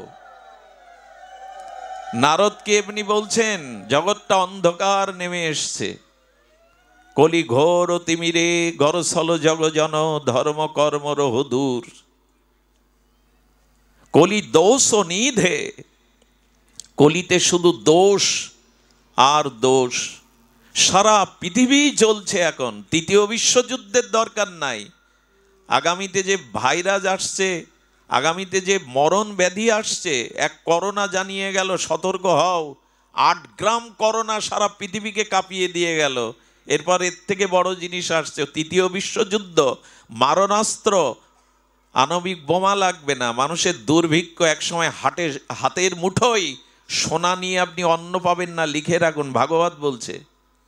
হাতের মুঠোতে সোনা নিয়ে একদিন আপনি এক মুঠো অন্ন পাবেন না, এই দিন আসছে আগামীতে। তৃতীয় বিশ্বযুদ্ধ দরকার নেই। মানুষের কবিত্রী, চরিত্র এতটা স্খলন হয়ে গেছে যে এই ধরিত্রী অভিশপ্ত হয়ে যাচ্ছে দিন দিন। এর দায় কারণ আমাদের মনোবৃত্তি। শান্তি বাইরে নেই, আপনার মনে। এই জন্য গোবিন্দ ওটাই চেয়েছেন, তোমার অর্থ নয়, বৃত্ত নয়, রূপ নও, তোমার সম্পত্তি নাও, তুমি মনটা আমায় দাও। আমাকে দিয়ে দেখো মনে শান্তি পাও কিনা। কিন্তু মন কি আর এমনি এমনি দেওয়া যায়? মন ভগবানের দিকে যেতে গেলে একটা কৃপা চাই। এরই নাম হলো গুরু কৃপা, বৈষ্ণব কৃপা, সাধু কৃপা। এই কৃপা ছাড়া আপনি নিজ চেষ্টায় মন ভগবানে দিতে পারবেন না। শ্রী ভগবানে মনের জন্য মহৎ কৃপার অপেক্ষা আছে। মহৎ কৃপা বিনা কোনো কার্যে ভক্তি নয়। কৃষ্ণ ভক্তি রহুক দূরে, সংসার ক্ষয় না হয় ক্ষয়। সংসারের মোহমায়া ভোগ বিলাস ক্ষয় হবে যেদিন মহতের কৃপা আমার উপরে হবে, যেদিন সাধু কৃপা আমার উপরে হবে।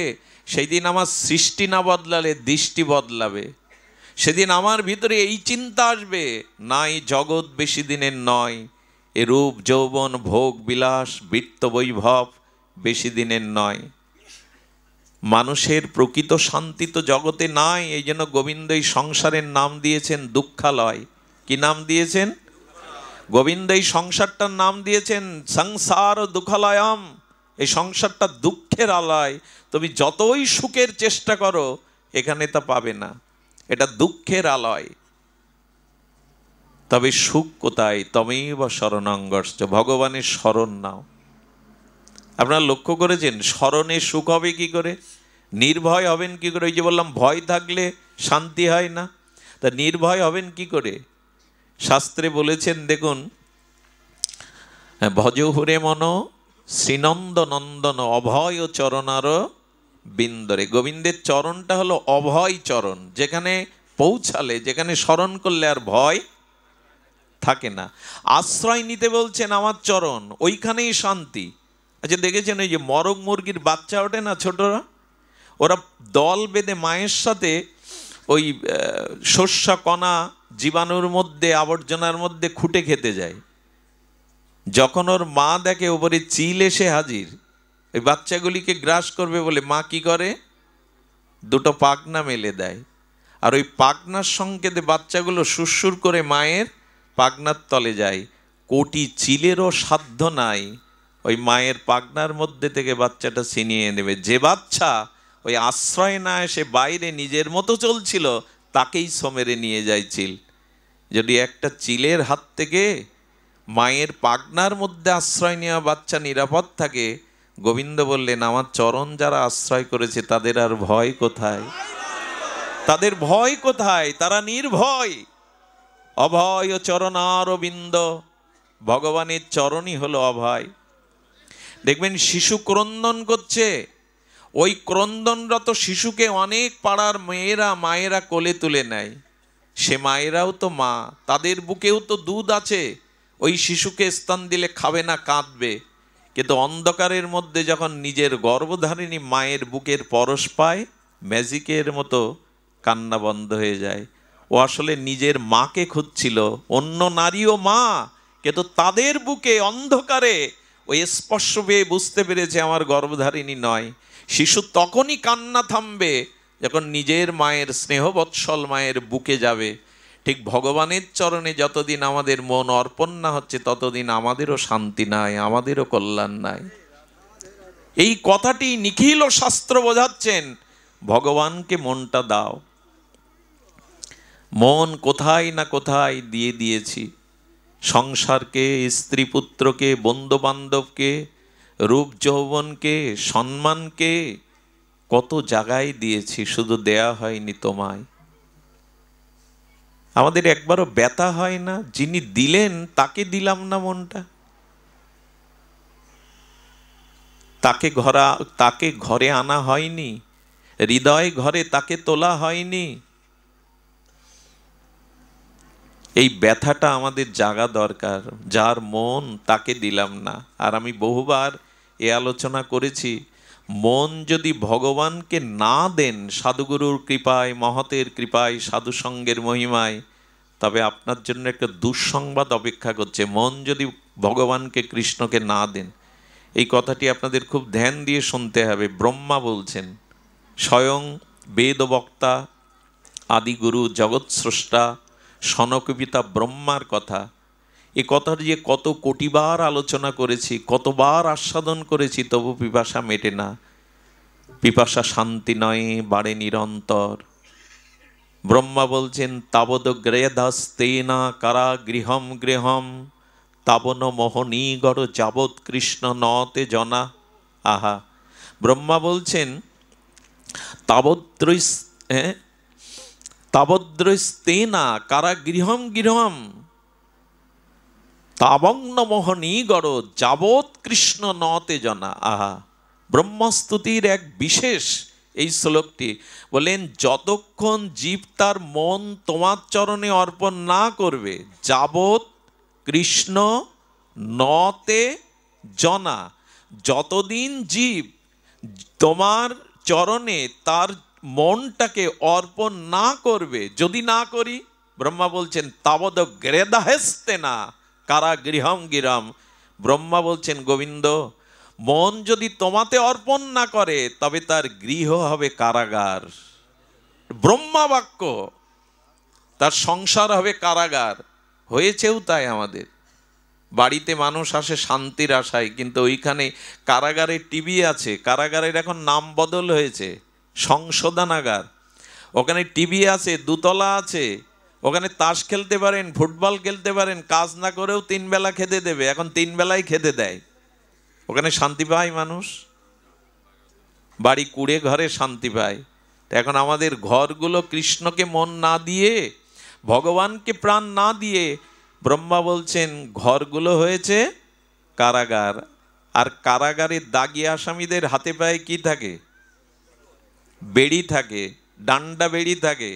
বলছেন, তোমাতে মন যদি কৃষ্ণ না দেয়, তবে সংসারে সেই ব্যক্তির হাতে পায়ে, ওর তো হাতে পায়ে আর এর 5-7 জায়গায় মোহ দিয়ে বাঁধা থাকবে। মোহ, মায়া, ডান্ডা বেড়ি। যদি বলেন তা তো দেখি না, দেখতে পাই না, তো কালকে সিদ্ধান্ত নিন যে আগামী সপ্তাহে বৃন্দাবন যাবেন, তখন দেখবেন ডান্ডা বেড়ি কতটা পড়ে। স্ত্রী বলবে, আমাকে এই অবস্থায় ফেলে তোমার একা যাওয়া হবে না। হ্যাঁ, ছেলে বলবে আমার ছেলের পরীক্ষা, আমি তাকে অফিসে, ওকে কে দেখবে? এই ডান্ডা বেড়ি তখন বুঝতে পারবেন কটা। আর ও কাটা সহজ না, লোহার ডান্ডা কাটা যায়, কিন্তু সংসারের মোহমায়া। বাবা কালকে পাঠ হলো পুরানো মকসেদপুর, আসতে পারিনি, না কাজ ছিল খুব, সমস্যা ছিল খুব, এই ডান্ডা বেড়ি কম। এই জন্য বললেন তাবদ গৃহে ধাস্তে না কারা গৃহম গৃহম তাবন মোহনী গড় যাবৎ কৃষ্ণ নতে জনা। হাতে পায়ে ডান্ডা বেড়ি, ভগবানের কাছে যাওয়ার সময় নেই আমাদের, ডান্ডা বেড়িতে বাধা। আর কি এই কথাটি এত দার্শনিক বিচার করেছেন ব্রহ্মা, বলেন মন যদি ভগবানকে না অর্পণ করা হয় সেই মন স্তেনা, চোর হয়ে যায়। কি হয়ে যায়? আশ্চর্য কথা বলেছেন ব্রহ্মা, মন ভগবানকে না দিলে সেই মন কি হয়? চোর হয়। চোরের শান্তি হয়? দেখুন, চোরের বাড়ি, পাকা বাড়ি আছে, দালান, চোরের স্ত্রীও সুন্দরী হয়, কারো কারো হয়, আবার চোরেরও টাকা পয়সা ব্যাংক ব্যালেন্স আছে। আর সাধুর বাড়িও এই তিনটে আছে, সুন্দরী স্ত্রী, দালান বাড়ি, টাকা পয়সা। তাহলে সাধু আর চোরে পার্থক্য কি? হলো পার্থক্য একটাই, চোর শান্তি পায় না বাড়ি থেকে, কিন্তু সাধু শান্তি পায়, কারণ তার মন চোর নয়। চোর কি করে? আপনার আমার ঘরে যেন না ওঠে চোর, কিন্তু যদি কখনো ওঠে কি করে জানেন? মূল্যবান জিনিসগুলো চুরি করে, আর সমস্ত আলমারি, খাট, বিছানা সব কিছু এলোথেলো করে অগোছালো করে যায়। এইটা তো চোরের ধর্ম। মূল্যবান জিনিস নিল আর ভেঙে চুরে সব আবর্জনা ভরিয়ে গেল। ব্রহ্মা বললেন, হে ভগবান, তোমাতে যখন মন কেউ না দেয়, তার মনটা চোর হয়ে কি করে জানো? হৃদয়ের মধ্যে যত সদ্গুণ ছিল, ক্ষমা, দয়া, করুণা, এইগুলো হরণ করে নেয়, নিয়ে ওখানে হিংসা, বিদ্বেষ, এই অবগুণগুলো, আবর্জনাগুলো ঢুকিয়ে দেয়। কি অপূর্ব শ্লোক! যাবৎ কৃষ্ণ নতে জনা, যতদিন জীব তোমাতে মন না দেবে, সংসার হবে কারাগার, হাতে পায়ে উঠবে মোহর শৃঙ্খল, আর তার মন চোর হয়ে যাবে। সদ্গুণগুলো মন থেকে চুরি করে অসদ্গুণগুলো ওখানে প্রবেশ করিয়ে যাবে। এখন উপায় বলি, সমস্যার মাঝে মাঝে উপায়ও বলছি, একটু সংকেতে শুনে নিন। গোবিন্দ সেটিই বলছেন, তমেব শরণাঙ্গস্য সর্বভাবেন ভারত, আমার কৃপাতেই শান্তি পাবে, তৎপ্রসাদাৎ পরাং শান্তে স্থানাং প্রাপস্যি সশতম। অপূর্ব। ভগবান বলছেন ইহকালে শুধু শান্তি না, মৃত্যুর পরেও তোমাকে নরক যন্ত্রণা, কর্মফল ভোগ করতে হবে না, আমি পরকালেই আমার নিত্য 700 গোলক বৃন্দাবনে তোমাকে নিয়ে যাব। ইহকালেও যেমন তোমাকে আমি শান্তি দেব, পরকালেও তোমাকে আমি শান্তি দেব। সুধীবৃন্দ, এই জন্য ভগবানের শরণ গ্রহণ করা। যত কথা বলছি, আচ্ছা, সমগ্র নিখিল শাস্ত্রের বিধি আর নিষেধের রাজা কোনটা? সব শাস্ত্র এক জায়গায় করলেন, বেদ, বেদান্ত, উপনিষদ, ভাগবত, এর সার একটা বিধি, একটা নিষেধ, উপদেশ কেবল দুটো। সার উপদেশ কোনটা? স্মতব্য সততং বিষ্ণু। নিখিল শাস্ত্র বলছেন, শাস্ত্রের বিধি বা রাজ উপদেশ, ভগবানকে স্মরণ করো। আর নিষেধ কোনটা? কখনো ভগবানকে ভুলে যেও না। এই হলো বিধির রাজা আর নিষেধের। স্মতব্য সততং বিষ্ণু ন স্মতব্য জাতুচিত, কখনো ভগবানকে ভুলে যেও না, এটাই হলো নিষেধের শ্রেষ্ঠ উপদেশ। আর বিধির উপদেশ স্মতব্য সততং বিষ্ণু, সর্বদা ভগবানকে। এই জন্য তো মহাপ্রভু বিধান দিয়ে গেলেন, খাইতে শুইতে উঠিতে বসিতে যথা তথা নাম লও। নাম এখন আসরেই হয়, আমাদের মধ্যে আর কতটুকু কার হয় জানি না। নাম সর্বত নিতে বলেছেন, খাইতে শুইতে উঠিতে বসিতে যথা তথা নাম লও। পাত্রাপাত্র ন বিচারানো দেয় দেয় বিমর্শক। মহাপ্রভু বলছেন, আমি এবার বিচার করব না, সবাইকে এই নামের মধ্যে ব্রজপ্রেম দিয়ে গেলাম। এটাকে স্মরণ করো, নাম স্মরণ করো। ভগবানের দিব্য নাম, তার লীলা, মনে স্মরণ করো।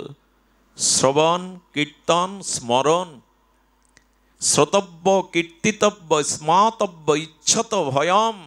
ভয় দূর হবে, মৃত্যু ভয়, যদি ভগবানকে কীর্তন স্মরণ এবং শ্রবণ করতে পারো। তা আজ আমরা শ্রবণ করছি, মাঝে মাঝে আমাদের হরি নাম একটু সংকীর্তন বাড়ি বসে করতাল বাজিয়ে করতে হবে, নালে মালা নিয়ে সময় পেলেই বসতে হবে। আর কি করতে হবে? ভগবানের লীলাগুলিকে মনে মনে সিনেমার পদ্মার মতো স্মরণ করতে হবে, যে গোবিন্দ বৃন্দাবনে এই লীলা করছেন, রাধারানী এখন এই লীলা করছেন, এইভাবে স্মরণ করতে হবে।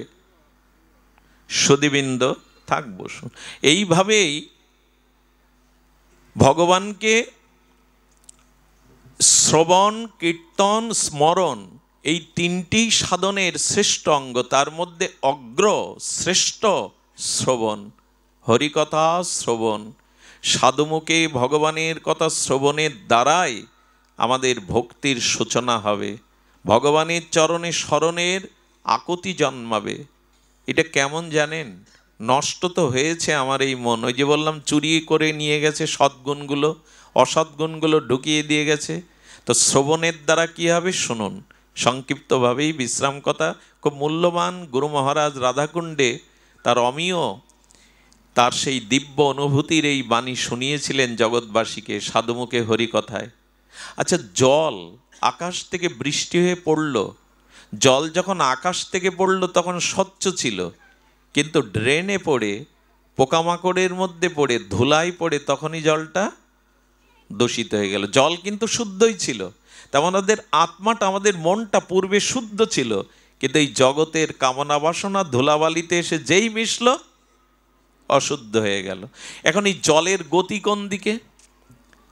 নিচের দিকে তো নাকি মা? জলের গতি কোন দিকে? নিম্নগামী।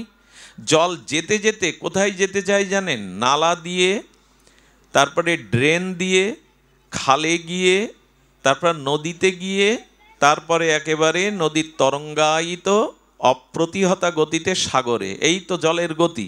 আবার সাগর মেঘকে দিয়ে দিল, এই তো জলের গতি প্রকৃতি।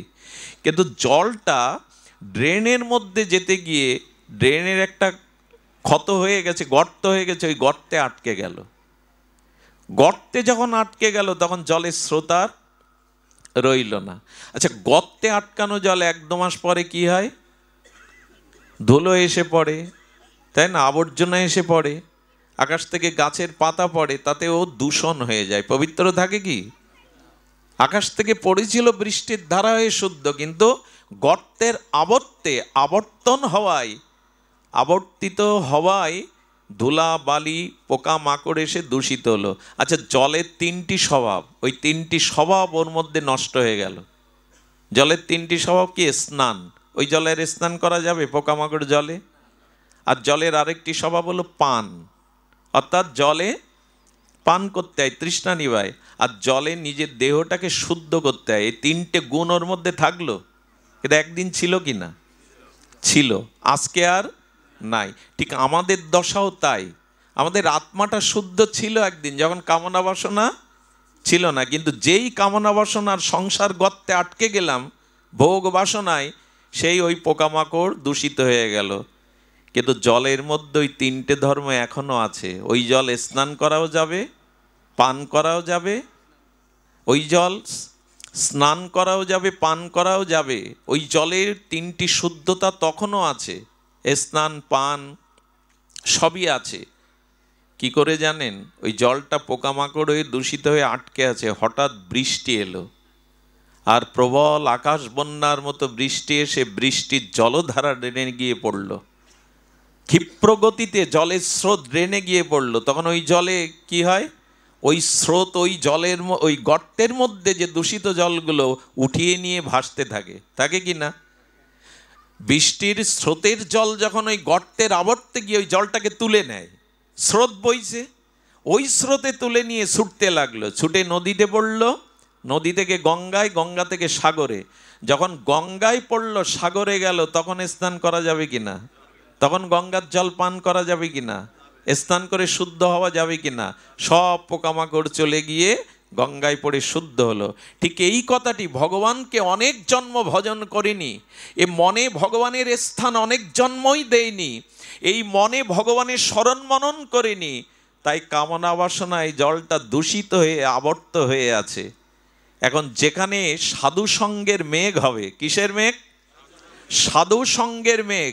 ওই সাধু সঙ্গের মেঘ হতে আর মেঘরূপ বক্তার মুখ দিয়ে যখন হরিকথার অমৃত বৃষ্টি হবে, আর সেই হরিকথারূপ বৃষ্টি আমাদের কানে গিয়ে হৃদয়ে ঢুকবে, তখন হৃদয়ের গতি আবার ভগবানের দিকে ছুটিয়ে নিয়ে যাবে। কান দিয়ে হরিকথা শ্রবণ করলেন তো মনে হরিকথা প্রবেশ করলো, আর হরিকথা হৃদয়ে গিয়ে মনের গতি ভগবানের দিকে ছুটালো। এখন যেমন আপনাদের মনের গতি ভগবানের দিকে শ্রবণ করতে হবে, সাধুমুখে হরিকথা শ্রবণ করতে হবে, এটাই চিত্ত শুদ্ধি করার একমাত্র উপায়। আমি খুব গর্ব করে বলতে পারি, এটা আমার দেখা, আমার জীবনে উপলব্ধি করা, রাধাকুণ্ডে নবদ্বীপে ভাগবত কথা যেখানে হয় সেখানের মতো পরিবেশ অন্য কোনো অনুষ্ঠানে আপনি পাবেন না। এরকম পরিবেশ আপনি চাইলেই গড়তে পারবেন না।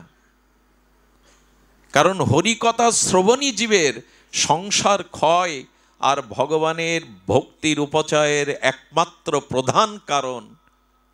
আপনি হরিকথা সাধুসঙ্গ ব্যতীত অন্য কোনো সাধনার দ্বারা ভগবত কৃপা লাভে সমর্থ হবেন না। এই জন্য আগে শ্রবণ। কোথায় যাবেন সে জিনিসটাকে জানবেন না, কোথায় আপনার গন্তব্য সেটা না জানলে পথে উঠুন আপনি। আচ্ছা, পথে কেউ চলছে, যদি জিজ্ঞাসা করেন কোথায় যাবেন তো জানি না, তাকে কি বলবেন? যদি বলে কোথায় যাব জানি না, কি বলবেন তাকে? ভবঘুরে বলবেন কি না? তো ভগবত একমাত্র জানিয়ে দেয় তোমার গন্তব্য কোথায়, তোমাকে কোথায় যেতে হবে। সেটা না জানলে পৌঁছাবেন কি করে? এই জন্য হরিকথা শ্রবণ করতে হবে। তবে ধন্য আপনারা, আমার এলাকার মানুষ বলে বিল্লমঙ্গল এইখানে বসবাস ছেড়ে ওই দিকে গিয়ে বাস করো। ওরা মনে হয় মোবাইলে দেখে যে এই যে ভাঙা, মকসেদপুর, টেকেরহাট এসব দেখে, দেখে বলে ওইখানে তোমার কথা শুনতে এত ভক্তরা আসে। ওরা আমাকে আমার স্বরূপ বুঝতে পারেনি, বুঝলে তাড়িয়ে দিত। তো এই জন্য হয়তো আসে। বলে না দাদা, আমাদের এদিকেও ভক্ত হয়, কিন্তু ওরা হরিকথা এরকম নীরবে শ্রবণ করে। আমার মনে হয় আপনাদের এই বৃহত্তর অঞ্চলে কোনো মহামানবের কৃপা আছে। হরিকথাতে যেখানে রুচি আছে জানবেন সেখানে ভগবত ভক্তি হবেই হবে, সেখানে কল্যাণ হবেই হবে। এই জন্য ভাগবত কথা প্রয়োজন। হরিকথা ছাড়া চিত্তশুদ্ধির অন্য কোনো উপায় নেই, শ্রবণ। এরপরে বললেন কীর্তন। এই কীর্তনাঙ্গ ভজনী এই ঘোর কলিকালে অন্ধকারে একমাত্র আলো। মহাপ্রভু বলেছেন নাস্তেব্য নাস্তেব্য নাস্তেব্য গতির অন্যথা। একেবারে 3 বার কড়াল করে বললেন, প্রতিজ্ঞা করে বললেন, হরি কথা আর হরিনাম বিনা এই যুগে আর কোনো উপায় নাই। এই জন্য দয়া করে একটু নাম জপ, একটু কীর্তন আদি করুন। জপ করলে নিজের কল্যাণ হয়, আর উচ্চেশ্বরে কীর্তন করলে জগৎ জীবের, লতা পাতা পশু পাখির কল্যাণ হয়। এই নামের এত মহিমা মহাপ্রভু ঢেলে দিয়েছেন। ব্রজ প্রেম, গোলকের প্রেমধন, হরিনাম সংকীর্তন, রতিনা জন্মিল কেনে, ঢেলে দিয়েছেন রাধা প্রেম, ব্রজ প্রেম, অথচ আমাদের রতি হলো না। নামে রুচি আনুন। হরিনাম, প্রিয়জনের নাম ডাকতে ইচ্ছা করে না? যাকে যে ভালোবাসে তার নাম ধরে ডাকতে তো তার ইচ্ছা করে। তো ভগবানকে যদি ভালোবাসেন তার নাম ধরে ডাকুন। আমাদের দুর্দশা, হাই তুলতে গেলে বলে বাবা গো, ওসর লাগলে বলে মা গো। কিছু মানুষ আছে ওসর লাগলে বলে হা রাধে, হাই তুলতে গেলে বলে হা গৌরাঙ্গ। অন্তত এইভাবেই নিন 2-4 বার দিনে।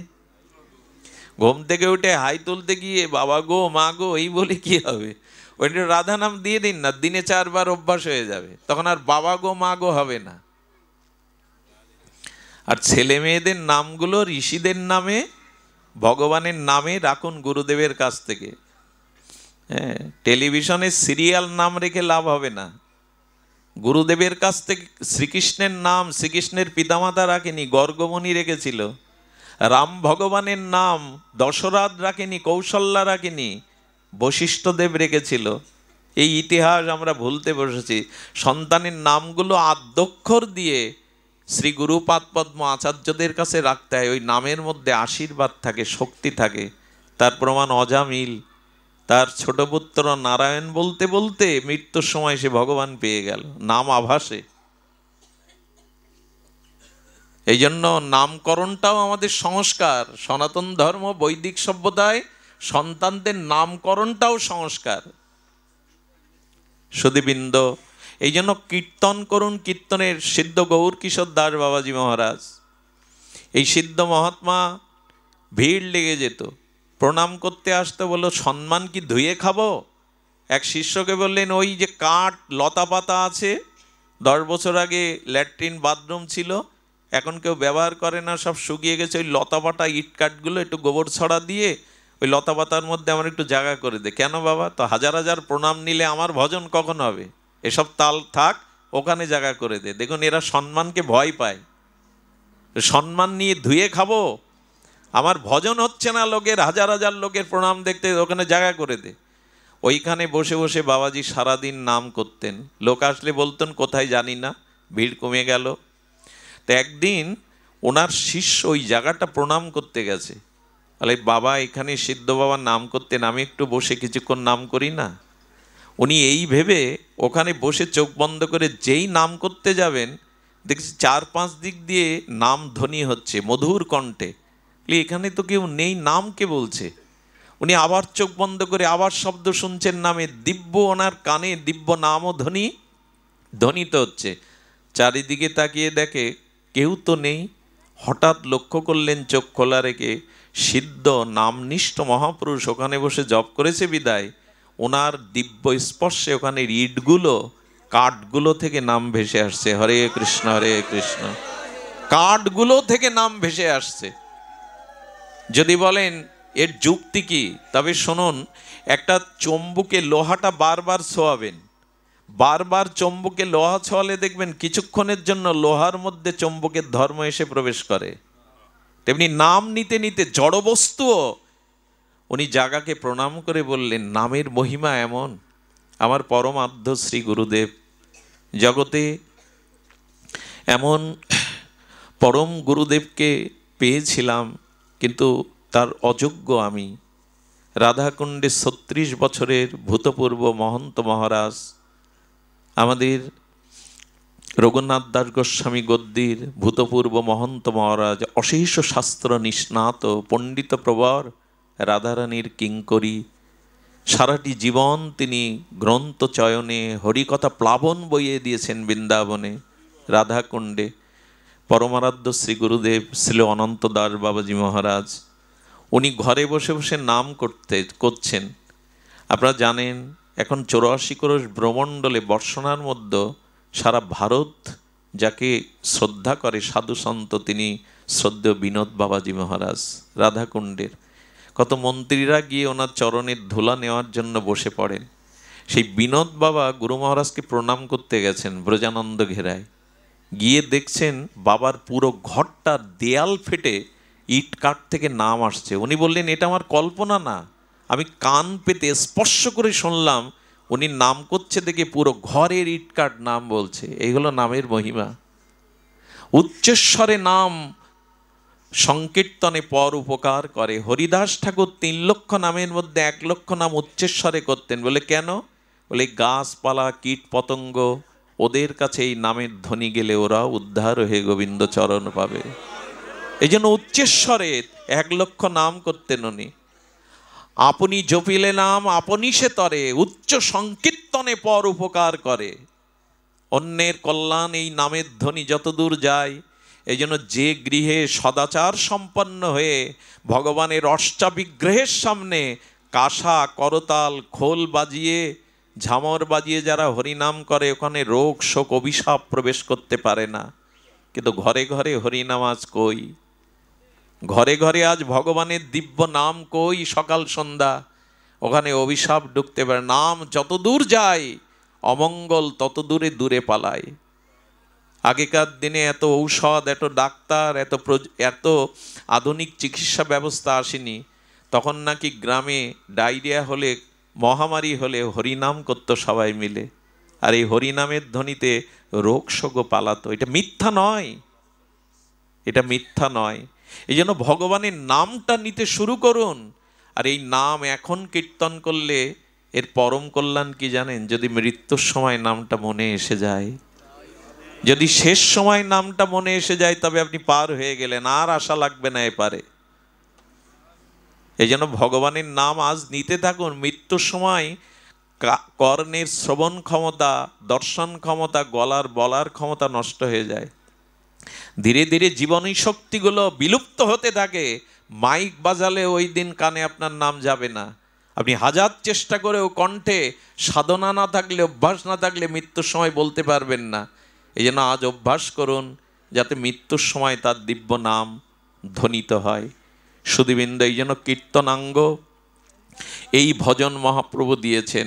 আরেকটি দিয়েছেন, যদি নাম করতে করতে ভগবানের লীলা স্মরণ করতে পারেন। এই লীলা স্মরণই হলো স্মরণাঙ্গ সাধন, যেটা মহাপ্রভু দিয়ে গেছেন। এই লীলা স্মরণ, ভগবানের কোন সময়ে কোন লীলা শ্রীধাম বৃন্দাবনে নবদ্বীপে শ্রী গৌর সুন্দর কখন কি লীলা করছেন, এই লীলা যদি মনে মনে স্মরণ করতে পারেন, সেই লীলাগুলি কেমন জানেন? ছোট্ট একটা দৃষ্টান্ত দিয়েই পাঠ বিশ্রাম। শ্রীনিবাস আচার্য, ইনি মহাপ্রভুর দ্বিতীয় আবেশ কলেবর। উনি একবার ধ্যানে বসেছেন ঘরে, খুব ধ্যান দিয়ে শুনুন, এটা আমার বিশ্রাম কথা, স্মরণটা কেমন।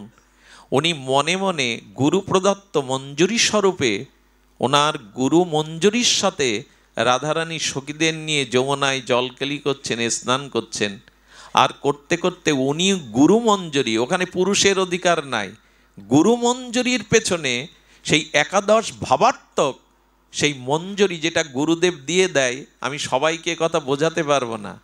এই যে তুলসী বন্দনায় গাই না আমরা, এই নিবেদন ধরো সখীর অনুগত করস, সখার না সখীর অনুগত, এই মনের অভিলাষ বিলাস কুঞ্জে, এই ভজন হলো সেই ভজন। পুরুষ দেহে ভজন হয় না, একটা জিনিস জেনে যান।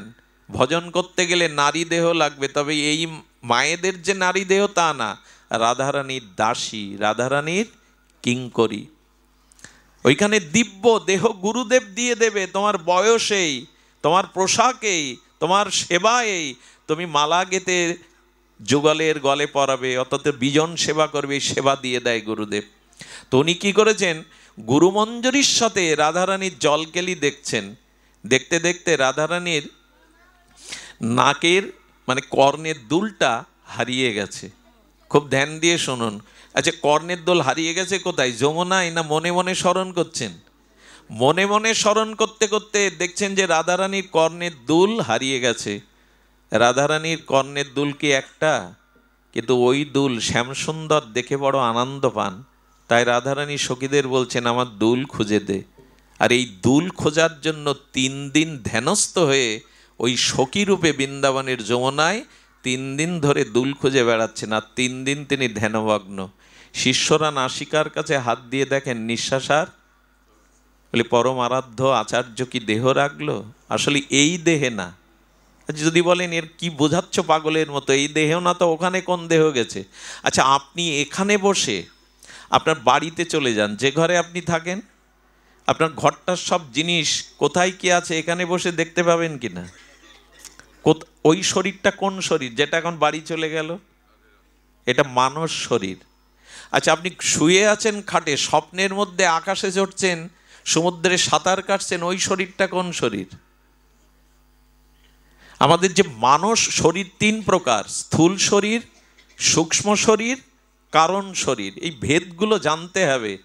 এই শরীরে এখানে আছি, অথচ আমি প্রিয়জনের কাছে চলে যেতে পারি, তার মুখটা দেখে আসতে পারি, তার হাসি ভরা মুখটাও দেখে আসতে পারি এখানে বসে। এই মানস শরীরে উনি বৃন্দাবনে 3 দিন ধরে খোঁজ করছেন। এরা ভাবছে গুরুদেব কি দেহ রাখলেন, নিত্যলীলায় গমন করলেন? সবাই যখন সিদ্ধান্ত নিতে পারছে না, তখন ওনারই শিষ্য চলে এলেন। ওনারই শিষ্য এসে আর বলছেন আপনি একটু দেখুন তো, আপনি তো গুরুদেবের সেবা করেন, গুরুদেবের আমরা বুঝতে পারছি না উনি অপ্রকাট হলেন কিনা, নিত্যলীলায় চলে গেলেন। ওনারই শিষ্য, ওনারই দেওয়া মঞ্জুরি স্বরূপে ভাবনার জগতে ওই সূক্ষ্ম শরীরে গিয়ে, সূক্ষ্ম শরীরটা কেমন জানেন, অনেক দূরে ফুল ফুটেছে, গন্ধটা আপনার কাছে আসছে, গন্ধটা ধরতে পারবেন, গন্ধটা দেখতে পাওয়া যাবে, এর বলে সূক্ষ্ম। মাছের যে থলেতে মাছ কেনেন প্রতিদিন, ওই থলেতে মাছ নেই, কিন্তু বাতাসের গন্ধ কি আসছে, ওকে বলে সূক্ষ্ম। তেমনি চিত্র, আমাদের চিত্ত মন বুদ্ধি অহংকার এই সূক্ষ্ম দেহে উনিও গুরুদেবের পেছনে পেছনে গিয়ে দেখে যে গুরুদেব 3 দিন ধরে যমুনায় রাধারানীর সেই অলংকার খুঁজছে। এসব ওই জগতের কথা, যুক্তি দিয়ে কথা পরিমাপ করে বোঝানো যাবে না। বোবা ব্যক্তিকে মধু খেতে দিলে তাকে যদি জিজ্ঞাসা করেন কেমন স্বাদ হয়েছে, কি বলবে? এই জিনিস অনুভূতির, ভাষা দিয়ে বোঝাবার নয়। এই মনের অভিলাষ বিলাস কুঞ্জে দিও বাস, সেইখানে খুঁজতে খুঁজতে উনি একদিন পরে দেখেন একটা পদ্ম পাতার উপরে আর একটা পাতা আচ্ছাদনে ঢেকে আসে, ওই পদ্মের পাতার উপরে রাধারানীর সেই দুলটা পড়ে আছে। উনি পেয়ে আনন্দে শ্রী গুরুদেবের হাতে দিলেন। আচ্ছা, উনি পেয়ে রাধারানীর কাছে ছুটতে পারতেন না? কিন্তু নিয়ম হলো সাধন ভজন গুরু আনুগত্যে করতে হবে, গুরুর বাইরে লাভ দিতে গেলে হচটকে পড়ে যেতে হবে। উনি শ্রী গুরুদেবের কাছে দিলেন, শ্রী গুরুদেব ললিতার কাছে নিয়ে গেলেন, ললিতা রাধারানীর কাছে নিয়ে গেলেন। লাভ দিয়ে যেতে যাবেন না, ক্রম আছে, সিঁড়ি আছে। আর রাধারানী পেয়ে, শ্যামসুন্দরের প্রিয় এই অলংকার পেয়ে বড় আদর করে বুকে চেপে ধরলেন। কে খুঁজে নিল? রাধারানীর কটাক্ষ করুণার দৃষ্টি ওর দিকে দিয়ে দিল।